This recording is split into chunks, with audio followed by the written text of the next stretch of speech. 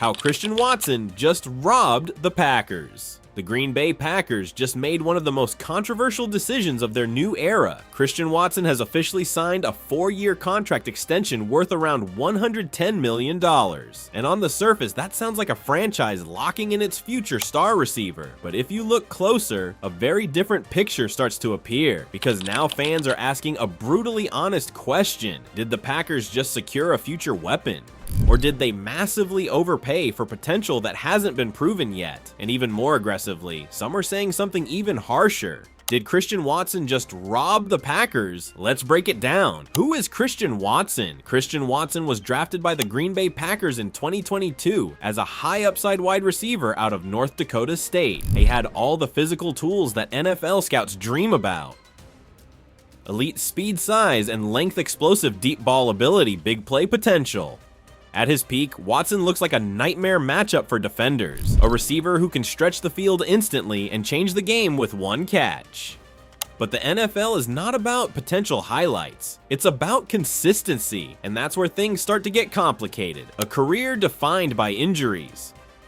From the moment Watson entered the league, injuries became a recurring theme. Hamstring issues, soft tissue problems, and eventually a major ACL injury that sidelined him for a significant period. And this is where the concern begins, because availability is the most important ability in professional football. A player cannot impact the game from the medical room. And when you look at Watson's early career, one pattern stands out. He has struggled to stay consistently on the field. For a receiver expected to become a franchise cornerstone, that is a major red flag. The production problem? Now let's talk about performance when he has been on the field. Yes, Christian Watson has had moments. Big touchdowns, deep explosive plays, games where he looked like a breakout star was finally arriving. But those moments have been inconsistent and scattered. There hasn't been a full season where Watson has dominated like a true WR1. There hasn't been that I'm taking over this offense type of consistency. Instead, what fans have seen is flashy games followed by quiet stretches, big plays mixed with drops or miscommunication, exciting potential, but not sustained production, and that is the core issue. Because NFL contracts at this level are not paid for flashes, they are paid for reliability, the $110 million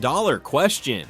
This is where the controversy explodes. A $110 million contract extension puts Watson in elite financial territory. That kind of money is usually reserved for receivers who consistently produce 1,000+ yard seasons, are primary targets in their offense, dominate defensive game plans every week, stay healthy across multiple seasons. But Watson has not yet reached that level of resume, and that's why critics are loud. They argue the Packers are paying future projection instead of proven performance. In other words, they are betting on what Watson might become, not what he currently is. And that's always a dangerous gamble in the NFL. Why the Packers still did it now? To be fair, the Packers didn't make this decision randomly. There is logic behind it. Green Bay has invested heavily in young offensive talent and is clearly trying to build a new identity post Aaron Rodgers era. And Watson represents something rare, a true vertical threat with game-breaking speed. When he is healthy and in rhythm, he can stretch defenses in ways very few receivers can. Defensive coordinators respect his presence even when he's not producing big numbers. That kind of gravity matters. It opens space for other receivers, tight ends, and the running game. So from a strategic standpoint, the Packers are betting on upside. They believe if he stays healthy, he becomes a top-tier weapon. But again, that's a big if. The injury risk nobody can ignore.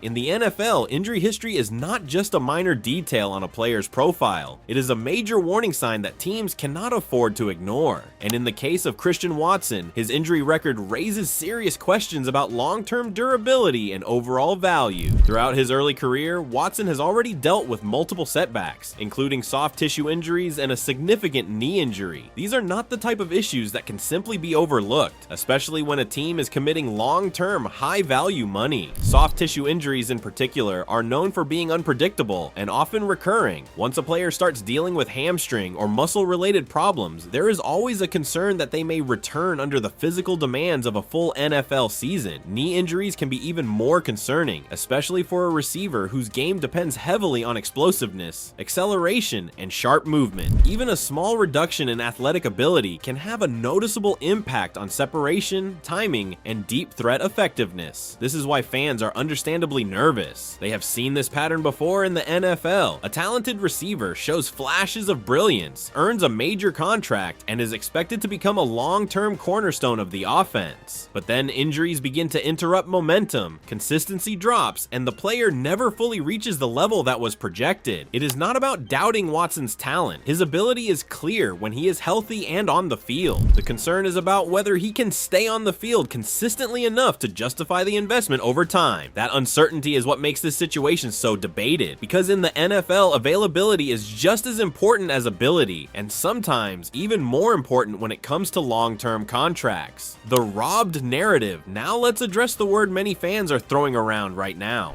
Robbed. It's a strong, emotional term, and it says more about frustration than it does about pure football analysis. The argument from critics is actually pretty straightforward. First, Christian Watson has not yet produced at an elite, consistent level in the NFL. While he has shown flashes of big play ability, he has not put together a full season that clearly establishes him as a top-tier wide receiver. Second, his injury history has been a recurring concern, limiting his availability and consistency on the field. And third, despite these factors, he is now being paid like a proven star receiver at the highest level of the league. From that perspective, it's easy to understand why some fans feel the Packers may be overcommitting financially to a player whose resume is still incomplete. It creates the impression that the team is paying for future potential rather than established production. However, there is another side to this story that cannot be ignored. If Christian Watson manages to stay healthy over the course of this contract, and if he develops into a true WR1 who consistently produces at a high level, then this deal could quickly shift from controversial to extremely valuable. In that scenario, what looks expensive today could actually become a bargain in 2 to 3 years, especially as wide receiver salaries continue to rise across the league. That is the reality of NFL contracts involving young, high-upside players. They are not just about what a player has already done, they are about what a team believes he can become. And that is exactly what makes this situation a gamble, a high-risk, high-reward decision that could either be questioned for years or praised as a smart long-term investment. The pressure has now shifted before this contract extension. Christian Watson was viewed mainly as a developing young receiver with upside. The expectations were there, but they were patient. Fans and analysts were focused on his growth, his learning curve, and whether he could eventually turn his raw talent into consistent production on the field. Now that has completely changed. With a $110 million extension, Watson is no longer just a promising young player. He is now a franchise-level investment and a long-term expectation for the Green Bay Packers offense. That kind of contract brings a completely different level of pressure, responsibility, and public scrutiny. Every part of his performance will now be analyzed more intensely than before. A single dropped pass will no longer be seen as a minor mistake. It will be questioned. Any missed game due to injury will raise concerns about durability and long-term value. Even stretches of quiet performances where he doesn't make big plays will be judged far more harshly than they would have been before this deal.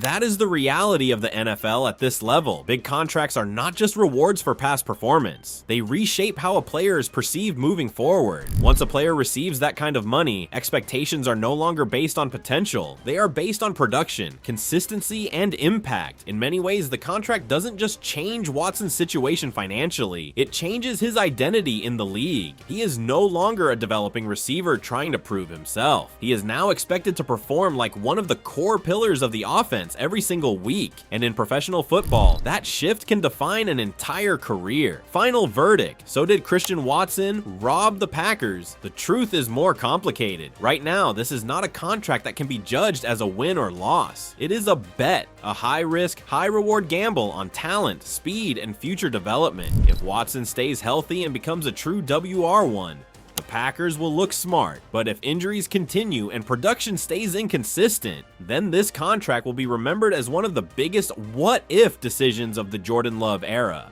One thing is certain, the next chapter of Christian Watson's career just became the most important one yet, because now he's not just playing for his team, he's playing for his contract.